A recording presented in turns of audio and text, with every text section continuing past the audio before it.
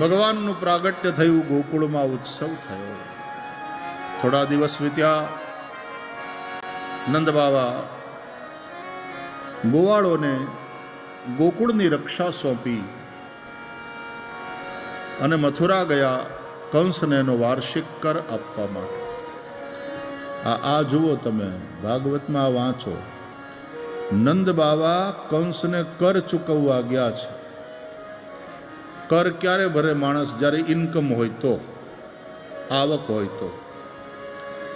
અને નંદ બાવા એ ધનવાન મહાપુરુષ છે. શેનાથી ધનવાન? ગોધનથી. અને ગાયો દ્વારા એટલું બધું એમને મળે છે, એટલી મોટી આવક છે કે જે કંઈ કર દેવાનો થાય રાજાને એ આપે છે. नंद बाबा ने वैश्य वाला कार्य स्वीकार किया. कृषि गोरक्ष वाणिज्यम वैश्य कर्म स्वभावजम. नंद बाबा कर आपवा माटे मथुरा गया. कंसने एनो कर आप्यो. वसुदेवजीने समाचार मळ्या કે મિત્ર નંદ પધાર્યા છે, મળવા ગયા છે. વધાઈ આપી નંદ બાવાને કે મિત્ર વધાય હો, તમારે ત્યાં લાલો થયો, બહુ મોટી ઉંમરે તમારે ત્યાં પારણું બંધાયું. નંદ બાબાએ વસુદેવની આગળ શોક વ્યક્ત કર્યો કે મિત્ર તમારા બધા સંતાનને કંસે મારી નાખ્યા. મને સમાચાર મળ્યા કે 8મા સંતાન રૂપે કન્યા રત્નની પ્રાપ્તિ થઈ હતી, પણ એ કન્યાને પણ કંસે મારી નાખી. મિત્ર મિત્રના સુખે સુખી થાય, મિત્ર મિત્રના દુઃખે દુઃખી થાય. નંદ બાવા વસુદેવજીના દુઃખે દુઃખી થયા અને વસુદેવજી નંદ બાવાના સુખને જોઈ, એના આનંદને જોઈ પોતાનું દુઃખ ભૂલી ગયા.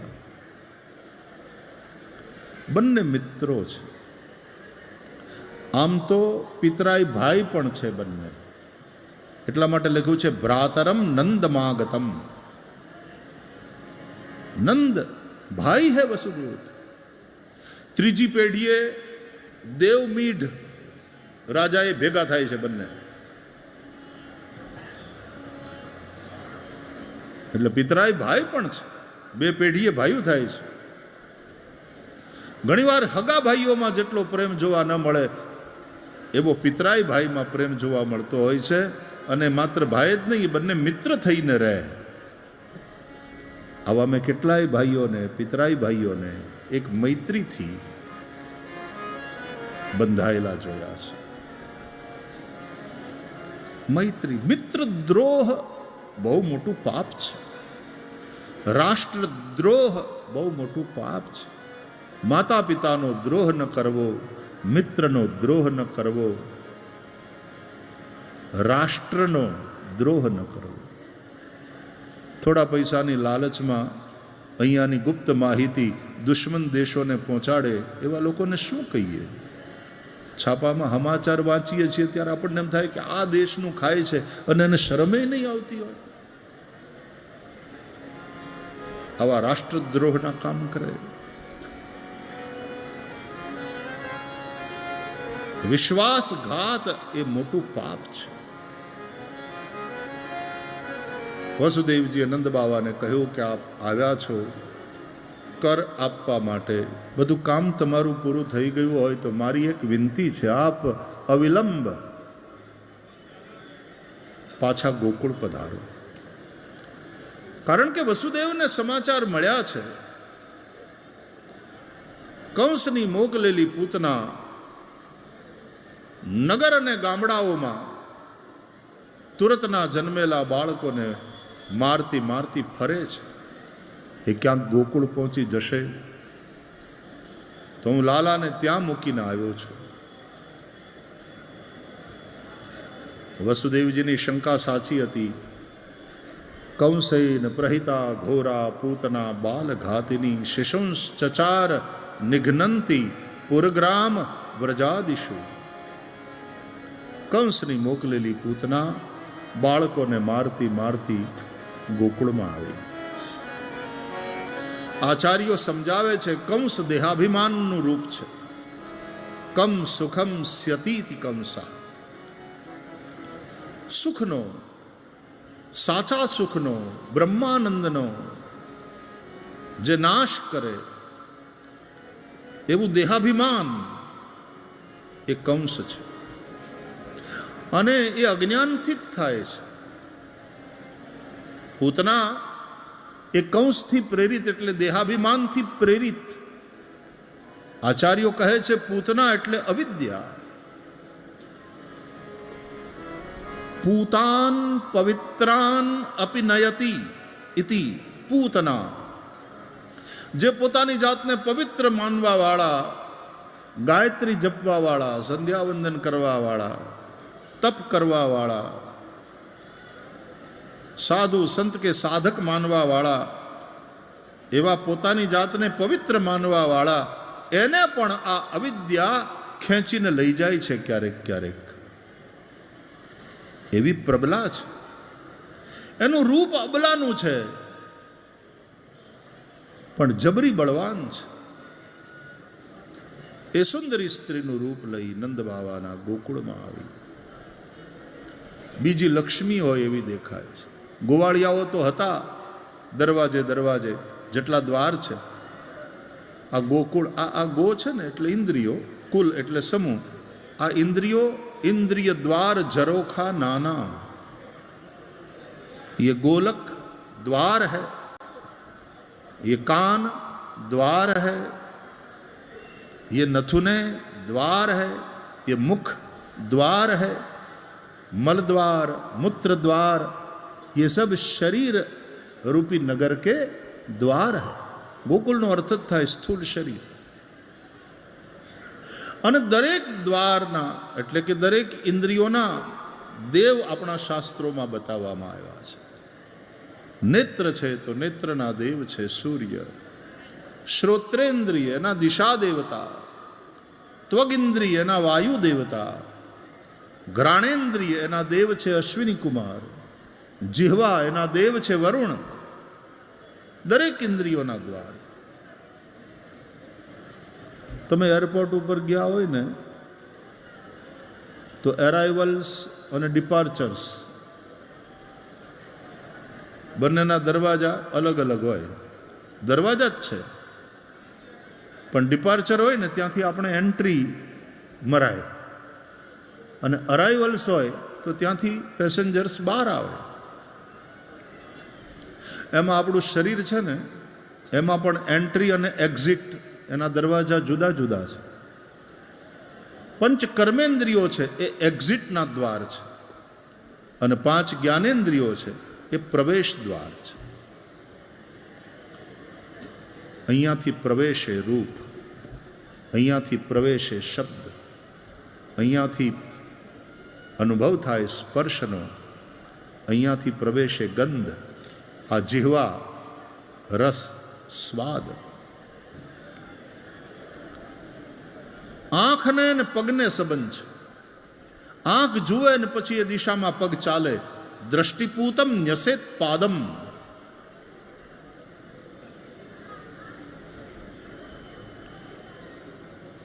કાનને અને મોઢાને સંબંધ છે.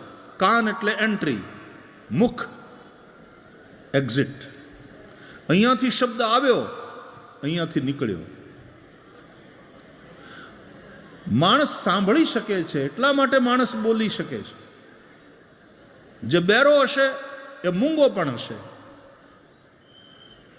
કારણ કે એન્ટ્રી જ નથી તો બહાર શું નીકળે. ખાઈ પીવે નહીં, એ મળમૂત્રનો ત્યાગ, એ પછી શું થાય? એન્ટ્રી જ ન હોય, એમાંથી કોઈ ગયું જ ન હોય, કોણ બહાર નીકળે? સ્પર્શ ત્વગિન્દ્રિય એન્ટ્રી, હાથ એ કર્મેન્દ્રિય છે એક્ઝિટ.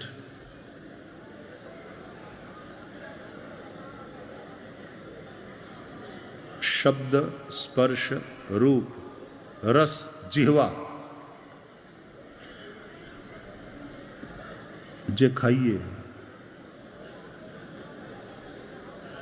જે રસ ગ્રહણ કરીએ, તો મૂત્ર દ્વાર એ એક્ઝિટ છે. મૂત્ર અને વીર્ય એ બંનેનું વિસર્જન થાય છે. અને એટલા માટે જ કહે છે કે પુત્ર એવો પાકે કે પુન નામના નરકમાંથી તારે, તો પુત્ર નહીં તો મૂત્ર. કોઈ ફરક નહીં પડતા, निकल जाए शरीर से.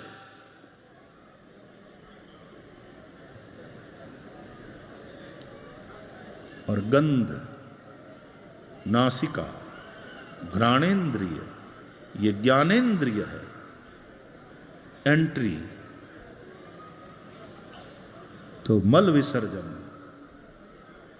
मल द्वार एग्जिट.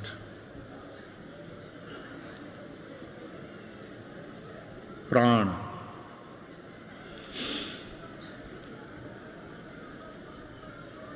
મલદ્વારથી નીકળનાર અપાન વાયુ છે.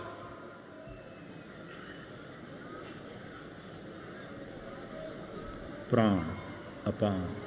આ વિજ્ઞાન સમજો છો તમે? તમારું શરીર ગજબનું યંત્ર છે મારા વાલા.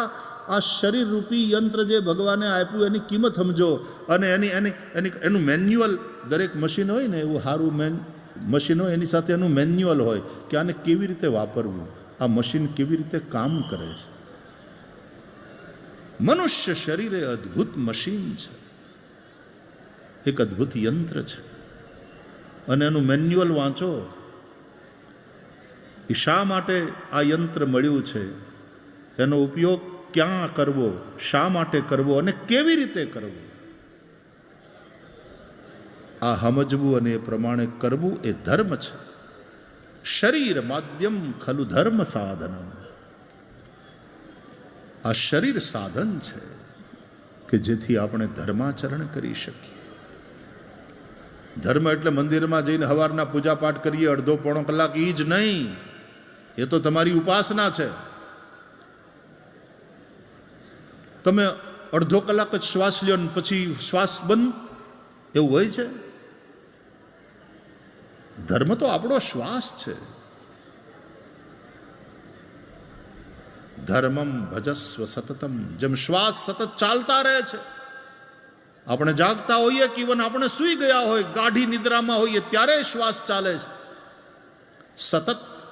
એમ ધર્મમ ભજસ્વ સતતમ ત્યજ લોક ધર્માન સેવસ્વ સાધુ પુરુષાન જહિ કામ તૃષ્ણામ અન્યસ્ય દોષ ગુણ ચિંતન માશુ મુક્ત્વા સેવા કથા રસમહો નિતરામ પિબત્વમ. ગોકર્ણ મહારાજ સમજાવે છે, ધર્મમ ભજસ્વ સતતમ. ધર્મને તો શ્વસવાનો હોય છે વાલા. આપણા વિચારમાં ધર્મ હોવો જોઈએ, આપણી ભાવનામાં ધર્મ પ્રતિબિંબ થતો હોવો જોઈએ, આપણા પ્રત્યેક ધર્મમાં, કર્મમાં ધર્મ પ્રગટ થતો હોવો જોઈએ. ધર્મમ ભજસ્વ સતતમ. ધર્મ એટલે ખાલી પૂજાપાઠ નહીં, ધર્મ એટલે જીવન.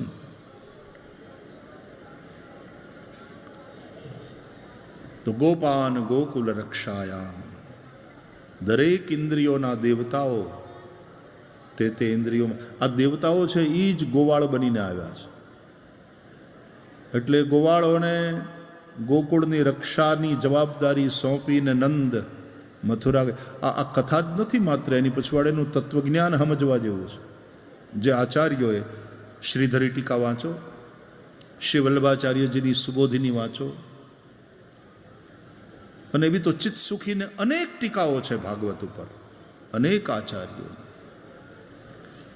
ગૌડીય સંપ્રદાયના આચાર્યોએ શ્રીમદ ભાગવતમાં ભગવાનની એક એક લીલાઓના જે દિવ્ય અર્થો બતાવ્યા છે, સ્વાધ્યાય કરો. कंसेन प्रहिता घोरा पूतना बालघातिनी. क्या करती है ये पूतना? बोले बालकों को मारती है. बच्चों वाली जो निर्दोषता है उसको खत्म करती है ये अविद्या. बच्चों वाली जो सहजता है उसको खत्म करती है. बच्चों वाला जो विश्वास है, बच्चे निश्चिंत है, एक विश्वास है अपने माँ बाप में, वो विश्वास ये अविद्या खत्म करती है और तुम चिंता के शिकार हो जाओगे, तनाव में जियोगे, अशांत होकर के तड़पोगे। लोग कहते हैं सब कुछ है, चैन नहीं है, जिंदगी में सुकून नहीं है। अविद्या रूपी पूतनाનો ઉપદ્રવ છે। એટલે સૌથી પહેલા વહેલા ભગવાને પૂતનાને મારી, અવિદ્યાને સમાપ્ત કરી। શ્રી વલ્લભાચાર્યજી કહે છે અવિદ્યા પૂતના સ્મૃતા, પૂતના અવિદ્યા છે। ભગવાન રામ સૌથી પહેલા વહેલા તાડકાને મારે છે, ભગવાન શ્રી કૃષ્ણ સૌથી પહેલા વહેલા પૂતનાને મારે। બંને રાક્ષસને નહીં, પહેલા વહેલા રાક્ષસીને મારી, એટલા માટે બીજા રાક્ષસો પેદા ન થાય। રાક્ષસોને, અસુરોને જન્મ આપનાર તત્વને પહેલા ખતમ કર્યું। રામાયણમાં તાડકા એ દુર્વાસનાનું પ્રતીક છે, તુલસીદાસજી કહે છે, અને ભાગવતમાં પૂતના એ અવિદ્યાનું પ્રતીક છે એવું આચાર્યો કહે। દુર્વાસનાથી જ અનેક પ્રકારના પાપ થાય છે, અવિદ્યાથી જ અનેક પ્રકારની આસુરી વૃત્તિનો જન્મ થાય છે। ઝેર ચોપડીને આવી હતી નંદ બાવાને ઘેર, ખબર પડી કે નંદને ત્યાં લાલો થયો, મારી નાખો। નંદ બાવા તો મથુરા ગયા હતા, યશોદા મૈયા ઘરે હતા, પહોંચી પૂતના ત્યાં। પૂતનાને પાછી એન્ટ્રી આપી। બોલો, ઈના ઈ ગોવાળિયા હોય જેનું કામ છે ચોકી કરવાનું, પણ પૂતનાના બાહ્ય રૂપને જોઈને એમ થયું કે આ કોઈ હારા ઘરનું બાઈ માણા લાગે છે। એટલે કે ચમચમાતી મોટર કારમાંથી આમ પેલો ડ્રાઈવર યુનિફોર્મમાં હોય નહીં, બહાર પહેલા ઉતરે અને દરવાજો ખોલે અને કાળા ચશ્માવાળી મેડમ એડીવાળા સેન્ડલ પહેરીને જેમ પટ લઈને બહાર આવે, પર્સ લઈને, અને ત્યાં તો જ્વેલરી શોરૂમનો યુનિફોર્મમાં ઊભેલો દ્વારપાળ કે ચોકીદાર એ આમ સ્વાગત કરીને એના માટે શોરૂમનો દરવાજો ખોલી આપે કે વેલકમ મેડમ। એવી રીતે ગોવાળિયાઓએ એન્ટ્રી આપી પૂતનાને। અવિદ્યાનું બાહ્ય રૂપ એટલું બધું પ્રભાવક હોય છે, માણસ અંજાઈ જાય। ઘણા બધાના દેખાવ એટલા બધા પ્રભાવક હોય, અંજાઈ જાય માણસ। અને સાધુ સંતોનું કામ આંજી નાખવાનું નથી, તમને ભીતરથી માંજી નાખવાનું છે। તમે ભીતરથી મંજાઈ જાઓ, તમારું અંતઃકરણ શુદ્ધ થઈ જાય।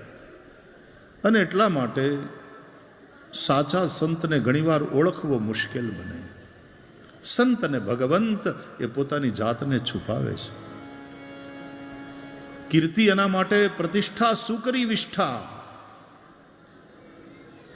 સંતો પ્રતિષ્ઠાની પાછળ પાગલ બનીને દોડતા નથી, પણ ક્યારેક સંતોને ભગવાન પ્રસિદ્ધિ અપાવે છે, કારણ કે ભગવાન ઈચ્છે છે કે એનાથી પ્રેરિત થઈને અનેક લોકોનું જીવન બદલાય।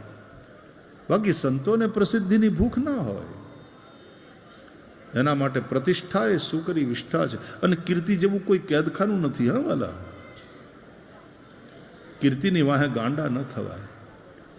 કીર્તિ તમારો પીછો કરે, પ્રસિદ્ધિ તમારો પીછો કરે, બરાબર, પણ પ્રસિદ્ધિ માટે થઈને પાગલ બનનારા લોકો એ અંતે પોતાના માટે એક જાળ ઊભું કરે છે, એક કેદ ઊભી કરે।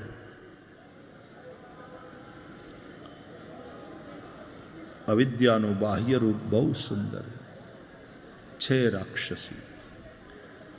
નંદજીના ઘરે પહોંચી યશોદા લાલાને ખોળામાં લઈને બેઠા હતા। બધાય હો યશોદા મૈયા, બધાય હો, તમારે ત્યાં લાલો થયો। યશોદાજીએ જોયું કોઈ બેન આવ્યા છે, હું ઓળખતી નથી, પણ આંગણે આવ્યું એ અતિથિ, મહેમાન, અતિથિની પૂજા કરવી જોઈએ। કનૈયો ખોળામાં હૂતો તો મૈયાના, પૂતના ઉપર એક દ્રષ્ટિ કરી અને પછી માની સામે ટગર ટગર જોઈ અને જાણે કહેતા હોય કે માં, આ અતિથિને હું ઓળખું છું, આ અતિથિની પૂજા હું કરીશ। અને એવી પૂજા કરીશ કે આજે આ અતિથિની પુણ્યતિથિ નક્કી છે. આજની તિથિ એ આ અતિથિની પુણ્યતિથિ પાકી. નોમ, દશમ, 11, 12, 13 ને 14. એટલે શ્રાવણ વદ 14 પૂતનાની પુણ્યતિથિ છે. તમારે મનાવવાનું મન હોય તો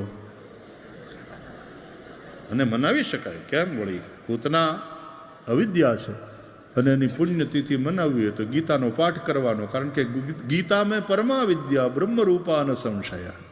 ભગવાન કહે છે ગીતા એ મારી પરમા વિદ્યા છે, બ્રહ્મરૂપા છે. તે દિવસે ભગવદ્ ગીતાનો પાઠ કરીશું તો આપણી અવિદ્યારૂપ પૂતનાને પણ ભગવાન શ્રી કૃષ્ણ મારશે.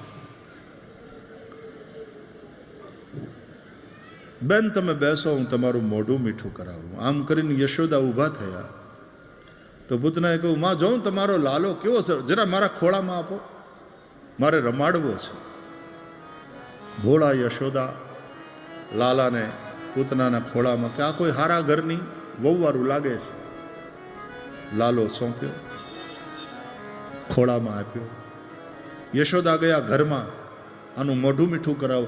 હવે આવડિયા એના લાલાના મોઢામાં ઝેર આપવા આવી છે અને યશોદાનું ભોળ પણ જુઓ કે એનું મોઢું મીઠું કરાવવા યશોદા ઊભા થયા. ભલો ભલાઈ પે લહી લહી નીચાઈ નીચું. તુલસીદાસજી કહે છે ભલો પોતાની ભલાઈને છોડતો નથી. નીચ માણસ, એના ઉપર તમે ગમે એટલા ઉપકાર કરો પણ એની નીચતાનો ત્યાગ નહીં કરે. અને તેથી શુનિ ચૈવ સ્વપાકેચ પંડિતા સમદર્શિના. એ સમદર્શિના કયું છે પણ સમવર્તીના નહીં. એવા જે હોય ત્યાં તો વ્યવહારમાં સાવધાન રહેવું, ઢીબેડી નાખવા. પંડિતા સમવર્તીના નહીં.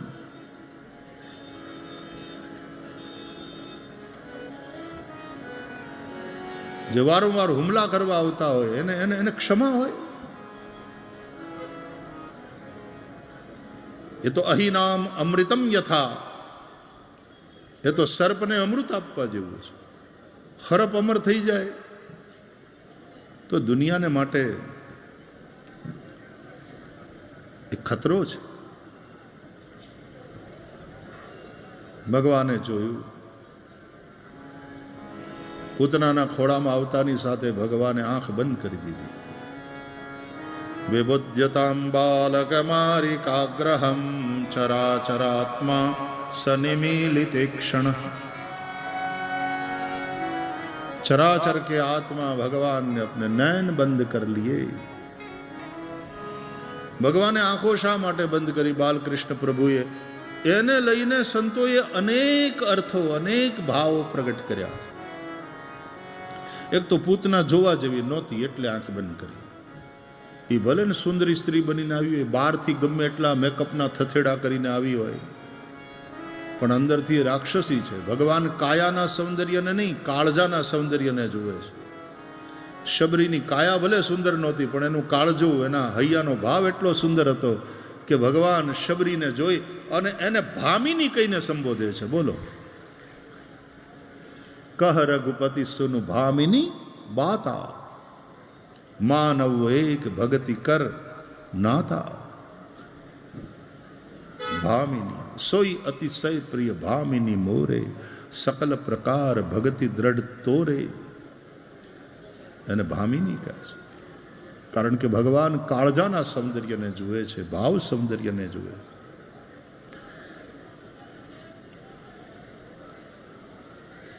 મોટા મોટા શોરૂમમાં, જ્વેલરીના શોરૂમમાં ઘૂસી જાય અને ઓલાને એમ થાય કે એટલું મોટું કસ્ટમર આજે આવ્યું છે, 2-2.5 કરોડનો માલ તો વેચાવાનો. સાચું, ઓલી આવી હોય ચોરી કરવા. એ ક્યારેક કેવી રીતે શેરવી લે ઓલાને ખબર. એ તો એટલા માટે સીસીટીવી કેમેરા મૂકવા પડે પછી, એટલે ખબર પડે. હારા હારા ઘરના લોકો 5 સ્ટાર હોટલમાં જાય, ત્યાંથી ચોરીને વહી આવે. હોટલનો સામાન એ ત્યાં વાપરવા માટે છે. એને એમ થાય કે આપણે પૈસા ખર્ચા છે ભાઈ, આના ઉપર આપણો અધિકાર. તો હોટલમાંથી ચોરીઓ કરીને આવતા રહે. ખરાબ આદત જેની પડી હોય ચોરીની. ભગવાનને નેત્ર બંધ કરી લીએ.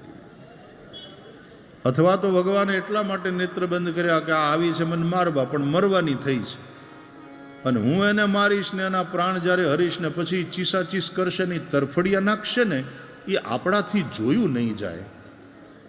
એટલે આંખ બંધ કરીને મારીએ, એટલે દેખવું નહીં, દાજવું નહીં. માટે ચરાચર આત્મા સનિમિલિત ક્ષણ, નેત્ર બંધ કર્યા. અથવા તો ભગવાને વિચાર કર્યો કે જન્મતાની સાથે ઝેર પીવાનો વારો આવ્યો. મારા પૃથ્વીના લોકો ગજબ છે,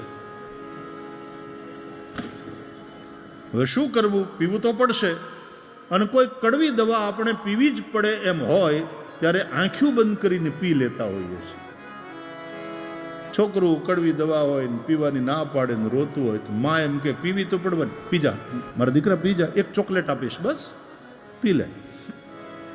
ચોકલેટની લાલચમાં વળી પાછો આમ મોઢે મૂકે, પણ એની કડવી વાસ, અને વળી પાછો રડવા માંડ્યો, હું મારે નથી પીવી.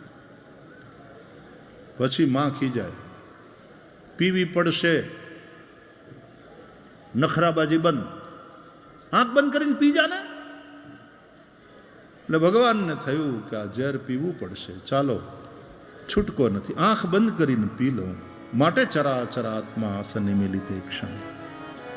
અથવા તો આચાર્યો કહે છે એટલા માટે ભગવાને આંખ બંધ કરી. ભગવાનને એમ થયું કે આ કોણ મારું નામ લઈને મરે, એની સદગતિ થઈ જતી હોય તો આ તો મારે હાથે મરવાની છે, મારી સામે મરવાની, આની સદગતિ પાકી. આ કયો જીવ છે કે મારે હાથે મરવા અને સદગતિ કરવા આવ્યો છે? આ કોણ હતી પૂર્વ જન્મમાં? એ યાદ કરવા માટે ભગવાને આંખ્યું બંધ કરી. આપણે કંઈક યાદ કરવું હોય ને તો આંખ્યું બંધ કરીને ઉભર મને યાદ આવવા દે. ભગવાને આંખ્યું બંધ કરીને યાદ કર્યું તો યાદ આવ્યું કે આ તો બલિરાજાની દીકરી હતી ગયા જન્મમાં. હું વામન બનીને જ્યારે ગયો બલિરાજાને ત્યાં 3 ડગલા પૃથ્વી માગવા માટે, ત્યારે બલિની આ પુત્રી વામન ભગવાનને જોતા એને એમાં પુત્ર ભાવ થયો કે આ બટુક કેટલો સુંદર છે, આવો મારે દીકરો હોય તો. પણ પછી જ્યારે ભગવાન લેતી વખતે વામનમાંથી વિરાટ થયા, 2 ડગલામાં બલિનું, પૃથ્વીનું, સ્વર્ગનું બધું જ માપી લીધું, બધું જ લઈ લીધું, અને 3જા ડગલા માટે બલિને પરેશાન કરવા લાગ્યા કે પદાની ત્રીણી દત્તાની. અસુરાધિપતિ તે 3 ડગલા પૃથ્વીનો સંકલ્પ કર્યો છે, આ માત્ર 2 ડગલા થયા, બતાવ 3જું ડગલું ક્યાં મૂકું? ત્યારે બલિની પુત્રીને શત્રુ ભાવ થયો કે હું તો આને પુત્રવત સમજતી હતી, પણ આ તો મારા બાપને લૂંટવા આવ્યો છે. શત્રુભાવ થયો. એ બલિની પુત્રી પુત્ર ભાવ અને શત્રુભાવને લઈને મરી. એ પછીના જન્મે પૂતના થઈ. એટલે પુત્ર ભાવે સ્તનપાન કરાવી, ધવડાવવા આવી છે, પણ શત્રુ ભાવે દૂધ નહીં ઝેર પીવડાવી મારવા આવી છે. ભગવાને વિચાર કર્યો કોઈ પણ પ્રકારનો ભાવ પણ મારા વિશે, એટલે એની સદગતિ પાકી.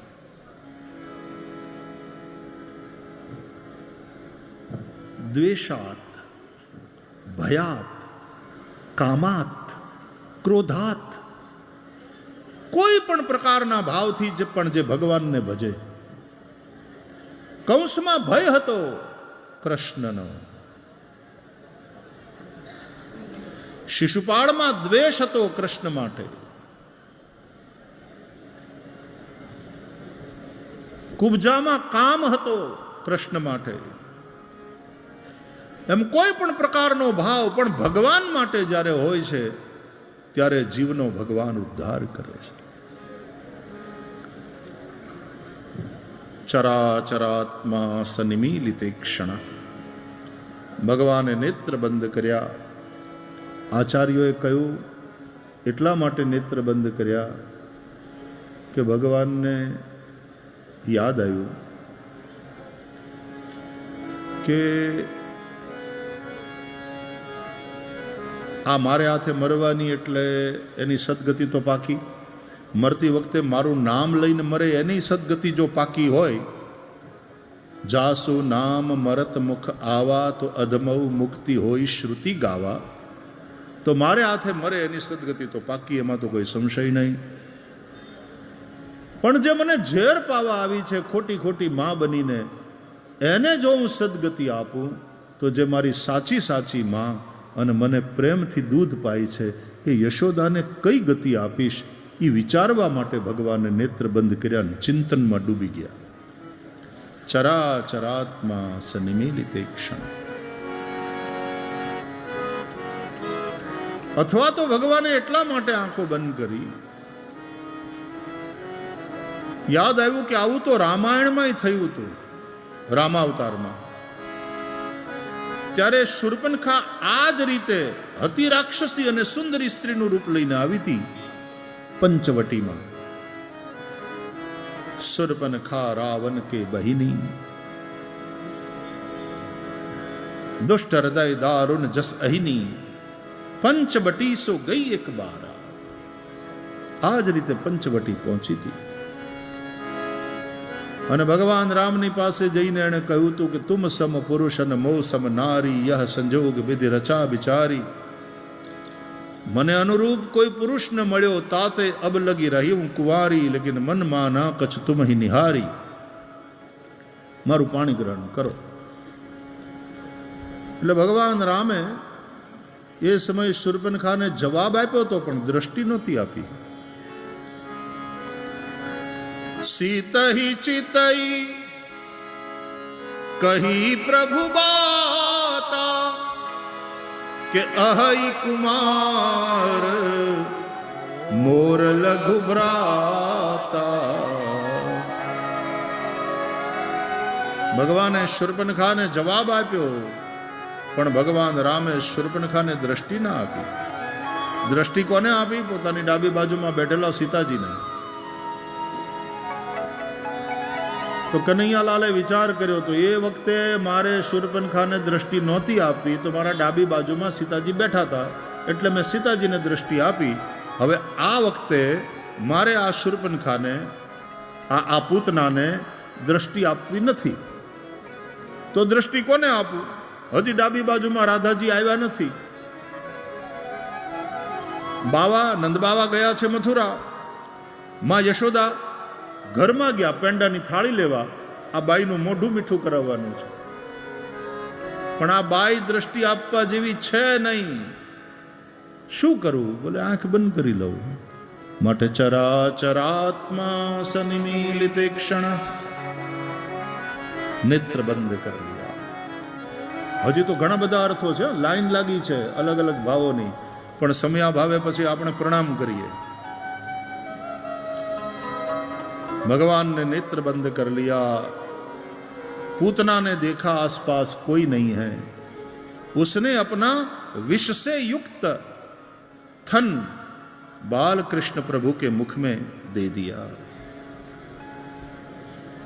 तस्मिन् स्तनम दुर्जर वीर्य मुल्बणम घोरांकमादाय शिशोर ददावथ गाढ़म कराभ्याम भगवान प्रपीड्य तत् प्राणै समम रोष समन्वितो पिबत.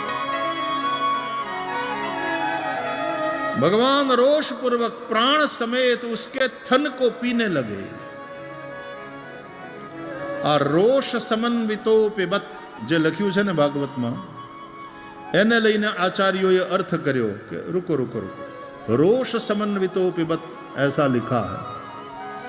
मतलब ये कि रोष के देव है रुद्र.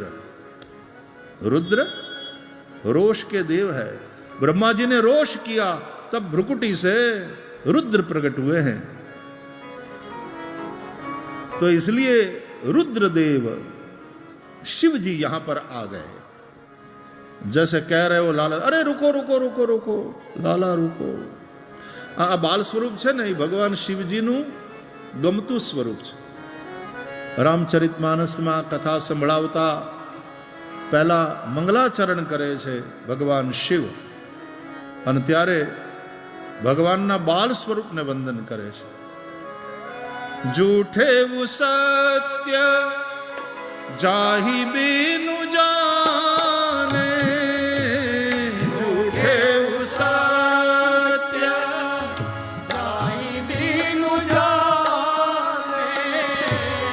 जिमि भुजंग बिनु रजु पहिचाने, जिमि भुजंग बिनु रजु पहिचाने, जेहि जाने जग जाई हेराई, जेहि जाने जग जाई हेराई। बंधव बाल रूप सोई राम, सब सिद्धि सुलभ जपत जिसु नाम। ए बालक राम ने हूँ वंदन करूँ છું, જેનું નામ જપતા બધી જ સિદ્ધિઓ સુલભ થઈ જાય। જૂઠે સત્ય જાહે બિनु જાને, जिमि भुजंग बिनु रजु पहिचाने, जेहि जाने जग जाई हेराई। હા,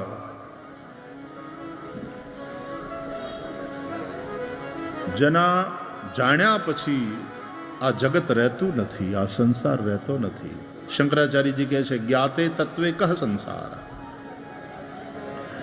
એ બાલ રામને હું વંદન કરું છું। શિવજીનું ઇષ્ટ સ્વરૂપ, ગમતું સ્વરૂપ બાલ સ્વરૂપ છે। અને તેથી બાલકૃષ્ણ એ જ્યારે પૂતનાનું સ્તન મોઢામાં લઈને પીવા જાય, ત્યાં રોષના દેવતા રુદ્ર ત્યાં આવી ગયો, रुको रुको रुको कन्हैया लाल रुको, ये जहर चुपड़ करके आई है और जहर पीने का अभ्यास मेरा है, मुझे है। इसलिए रोष समन्वित यानी रोष के देव रुद्र को साथ रख करके भगवान ने पूतना के थन को पिया। तो क्या हुआ? बोले पूतना के प्राणों को तो श्री कृष्ण ने पी लिया और पूतना के विष को महादेव ने पी लिया, क्योंकि उनको अभ्यास है। आवो पण अर्थ आचार्योए कर्यो छे। भगवाने पूतनाना प्राण ने हर्या, प्राण खेंचावा लाग्या। पूतना अति कष्ट थी सा मुंच मुंचालमिति प्रभाषिणी, निष्पीड्यमाना खिल जीव मुंच माम चिल्लाने लगी।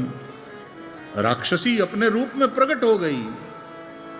वो जो सुंदरी स्त्री का भेष बनाया था छूट गया। मुंच माम अर्थ तो एवो थाय कि मने छोड़ी दे, पण बीजा अर्थमां मुंच माम एटले मने मुक्त कर। एनो मतलब भवबंधन थी मुक्त कर, 84 ना चक्कर थी मुक्त कर। अने भगवाने एना बोलवानो अर्थ एवो पॉजिटिव लईने खरेखर पूतनाने 84 ना चक्करमांथी मुक्त करी दीधी, एटले के पूतनानो मोक्ष थयो। आ पूतना मोक्षनी कथा छे। पछी तो यशोदा अने गोपीओ आवे छे, मरेली राक्षसीनी छाती उपर रमता बालकृष्ण ने त्यांथी उठावी ले छे। हृदय लगाड़े छे यशोदा, कोई राक्षसी आवी थी मारा लालाने मारवा माटे, एने पापे ई मरी। गौशाला में जाए छे, जो गायो गायो गायो गावो विश्वस्य मातरम। गौशाला में जई ने गायना छाणमां ने गायनी रजमां कन्हैयाने रगदोळ्यो, एनाथी तो एने स्नान कराव्युं। गो माताना पूछड़ा कन्हैयानी माथे फेरव्या अने कह्युं के गो माता अमारा लालानी रक्षा करजो। अने पछी यमुनाना पवित्र जलथी कन्हैयाना एक एक अंग ने अडी अडी अडी अने भगवानना जुदा जुदा नाम लई अने कन्हैयाना एक एक अंगनी रक्षा करी।